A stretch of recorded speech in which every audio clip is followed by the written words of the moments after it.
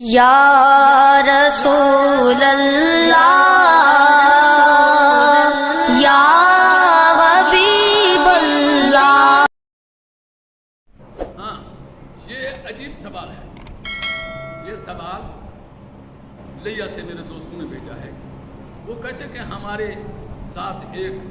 School teacher ہیں جو کچھ اپنے آپ کو مولوی بھی کہلاتے ہیں، اپنے آپ کو پڑھے لکھے، جب مجلس ہوتی ہے تو وہ ہمارے سامنے عجیب و غریب سوال کرتے ہیں، اور وہ کہتے ہیں کہ جناب یزید جو تھا وہ اسلامی مملکت کا سربراہ تھا، وہ تو وقت کا امیر المومنین تھا، اسے امیر المومنین ہی کہنا چاہیے۔ پوچھ رہے ہیں کہ آپ کا کیا خیال ہے؟ بھائی، یہ خارجی و ذہن ہے وہ شخص، اور یہ خارجیوں کی ایک چال ہے۔ ان کو اللہ نے یہ جرأت نہیں دی کہ وہ براہ راست امام حسین رضی اللہ تعالی عنہ جیسی مقدس ہستی کو براہ راست باغی کہے، لیکن اگر یزید کو امیر المومنین کہا جائے تو پھر نتیجہ تو وہی نکلتا ہے جو امیر المومنین کے مقابلے میں علم اٹھا کر آنے والا ہے، نعوذ باللہ اسے تو باغی ہی کہا جائے گا۔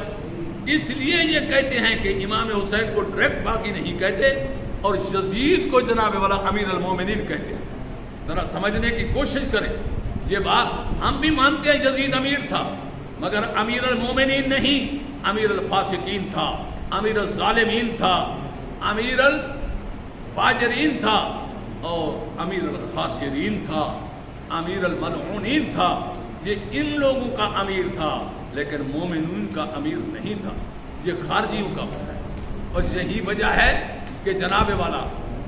بہت سے ہمارے ابن حجر مکی رحمۃ اللہ علیہ نے یہ فرمایا، اس کا جواب دیا ہے، جلال الدین سیوطی نے اس کا جواب دیا ہے، ملا علی قاری نے اس کا جواب دیا ہے، شیخ محقق نے اس کا جواب دیا ہے، اور واضح طور پر انہوں نے فرمایا ہے کہ جو لوگ جناب والا یہ کہتے ہیں کہ انا جناب والا یزید کو امیر المومنین کہتے ہیں، کہ وہ حقیقت میں کیا کرتے ہیں، کہ ان کا مقصد کیا ہے جناب؟ مقصد یہ ہے کہ انا من الحسین کان باغیا، کہ وہ حسین کو باغی ثابت کرنا چاہتے اور حسین کو باغی کہتے ہیں، لیکن فرمایا انا من الحسین باغیا فہو باطل عند اہل سنت و جماعت۔ امام حسین کو نعوذ باللہ باغی کہنا یہ اہل سنت کا عقیدہ نہیں ہے، یہ باطل عقیدہ ہے، یہ غلط عقیدہ ہے۔